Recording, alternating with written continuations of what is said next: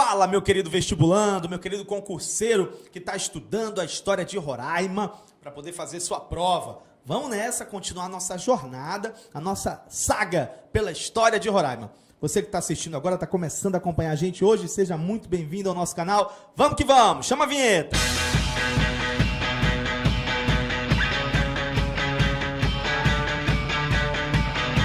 Nas cenas do capítulo anterior, a gente terminou falando sobre o Forte de São Joaquim, ou Forte São Joaquim do Rio Branco, e todo esse cenário, né, do início da colonização desse território de Roraima, naquele momento da história, né, do processo dos europeus aqui por essas bandas, né?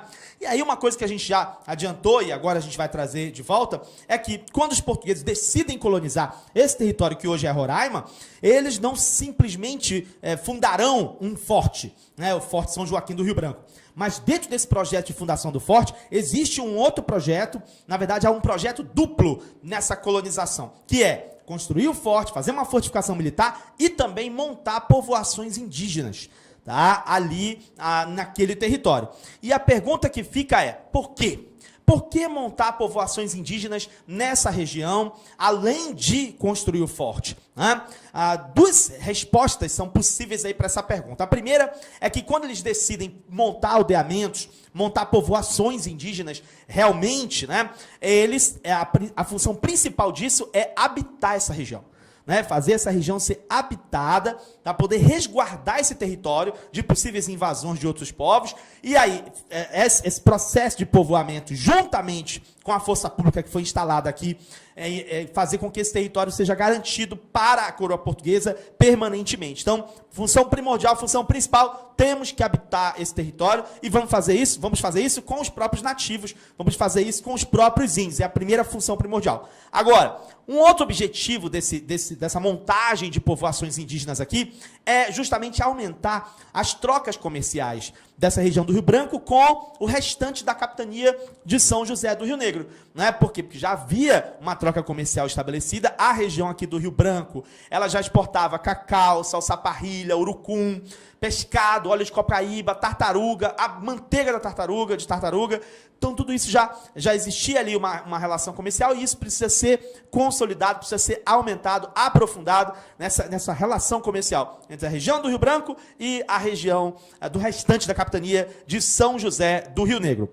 E o que explica isso? Né? Ora, estão começando a colonização naquele momento, estão começando a construir o forte, estão começando a estabelecer as povoações indígenas, como é que já tem uma dinâmica aí já estabelecida, inclusive uma dinâmica comercial? O que explica isso é o seguinte, é que apesar de a gente estar falando que a colonização está começando agora, nesse momento que o forte está sendo construído e também as povoações indígenas estão sendo montadas, apesar disso, isso não significa que até aquele momento essa região ficou completamente abandonada e ninguém passou por aqui, ninguém fez nada por aqui. Pelo contrário, nós tivemos, antes da fundação das povoações indígenas que foram estabelecidas na época da fundação do forte, antes disso, décadas antes, nós tivemos a fundação aqui de aldeias de repartição. E essas aldeias de repartição, elas montam aí da década de 1720, né? Já em 1725, a gente já tinha essas aldeias de repartição por aqui. Então, aqui é importante destacar uma diferença fundamental, né, entre essas aldeias de repartição que existiam desde a década de 20 e as povoações indígenas que foram estabelecidas na época da construção do forte. Então, essas duas coisas, elas são distintas e é isso que eu começo a te explicar agora. As aldeias de repartição, que foram montadas aqui na década de 20, elas foram estabelecidas com a entrada e a chegada dos missionários carmelitas aqui nessa região do Rio, que já tinham um trabalho ali na região do Rio Negro e vão se estabelecer também na região do Rio Branco. A gente vai falar mais sobre isso daqui a pouco. Elas estavam por aqui, essas aldeias de repartição já existiam desde essa época de 1725, por aí. Só que essas primeiras aldeias de repartição que foram montadas aqui, elas não chegaram a ter um papel colonizador forte aqui nessa região. Na verdade, essas aldeias de repartição que já existiam desde a década de 20, que foram montadas aqui na época da década de 20, elas serviram apenas para marcar a posse dos portugueses nessa área. Mas colonizar realmente, dar prosseguimento, empreender, intensificar um processo colonizador, se elas não fizeram. Já essas povoações indígenas que vão ser montadas, estruturadas, consolidadas aqui na década de 70, que já é na época da construção do Forte São Joaquim, aí já é uma outra situação. né? Elas estão sendo estabelecidas aqui nessa região, na mesma época, juntamente com a construção do forte, né? 1775, a gente tem aí o avanço desse processo, e essas povoações indígenas que vão ser estabelecidas nessa época, a gente vai chamar de diretórios de índios, certo? Então, cuidado com isso. Uma coisa é as aldeias de repartição, as primeiras que montaram aqui na década de 20, que não representaram um processo colonizador efetivo, intenso realmente, e a outra coisa é as povoações indígenas da década de 70, que foram montadas junto com o forte e que vão representar processo colonizador, beleza? Feita essa diferença, agora é legal a gente caracterizar aquelas primeiras aldeias de repartição que montaram aqui na década de 20 nesse território. Em via de regra, o que é uma aldeia de repartição? A aldeia de repartição eram povoações nas quais os índios eram aldeados para poder facilitar o desenvolvimento de uma economia agrícola e pesqueira baseada no trabalho deles. Então eu vou trazer os índios das aldeias originais deles e vou colocar esses índios nas chamadas aldeias de repartição, onde o trabalho desses índios vai ser explorado. Como é que você faz para recrutar esses índios? Como é que você faz para trazer esses índios das aldeias originais para essas aldeias de repartição que foram montadas ali na década de 20? Você tinha 3 formas de fazer isso: os descimentos, os resgates e as guerras justas. O que eram os descimentos? Os descimentos eram um deslocamento do índio da aldeia de origem dele, a aldeia que ele está lá no meio do mato, né, que ele mesmo fez, para as aldeias de repartição, que são essas aldeias montadas pelos colonizadores. Como é que você vai fazer isso? Como é que você vai trazer o índio lá para cá? Você vai convencê-lo, né, de que é melhor ele vir se estabelecer aqui nas aldeias de repartição, né, a possibilidade de ter outras perspectivas para ele e tudo mais. E quando esse convencimento não funciona, os autores falam que eles faziam na base da persuasão mesmo. Né? O índio era trazido na marra, né, pela coação, pela persuasão, por um poder coercitivo mesmo, e era deslocado da aldeia de origem dele para as aldeias de repartição. Alguns autores também vão falar que esse convencimento, essa persuasão, eles não são unilaterais.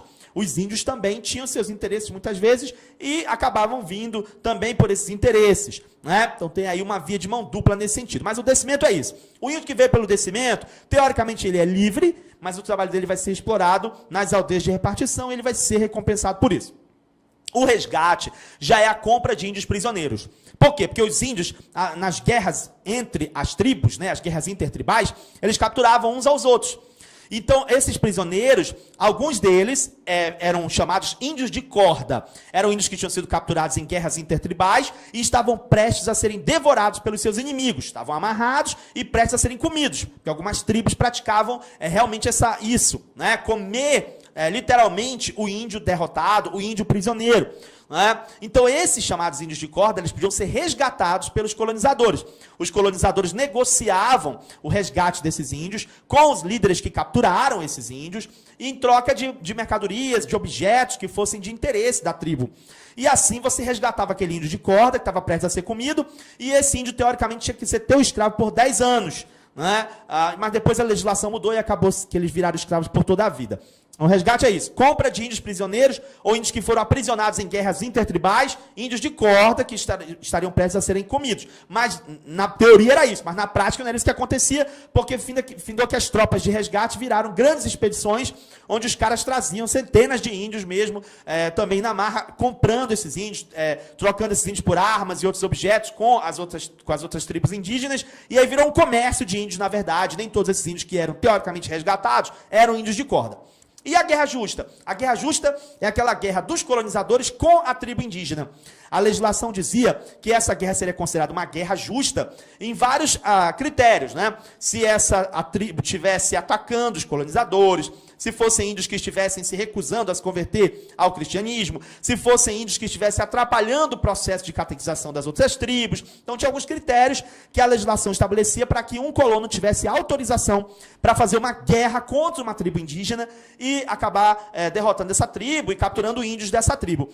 É claro que na teoria também a lei dizia uma coisa, mas na prática os caras faziam guerra contra as tribos indígenas, independente desses critérios. Às vezes nem esperavam chegar a autorização da coroa portuguesa e atacavam as tribos indígenas. Então isso aí tinha só uma retórica na lei, mas na prática não era exatamente assim que funcionava. Então essas eram as 3 maneiras de você recrutar um índio e trazer para as chamadas aldeias de repartição, que eram essas primeiras aldeias que foram montadas ali no território de Roraima, na região do Rio Branco.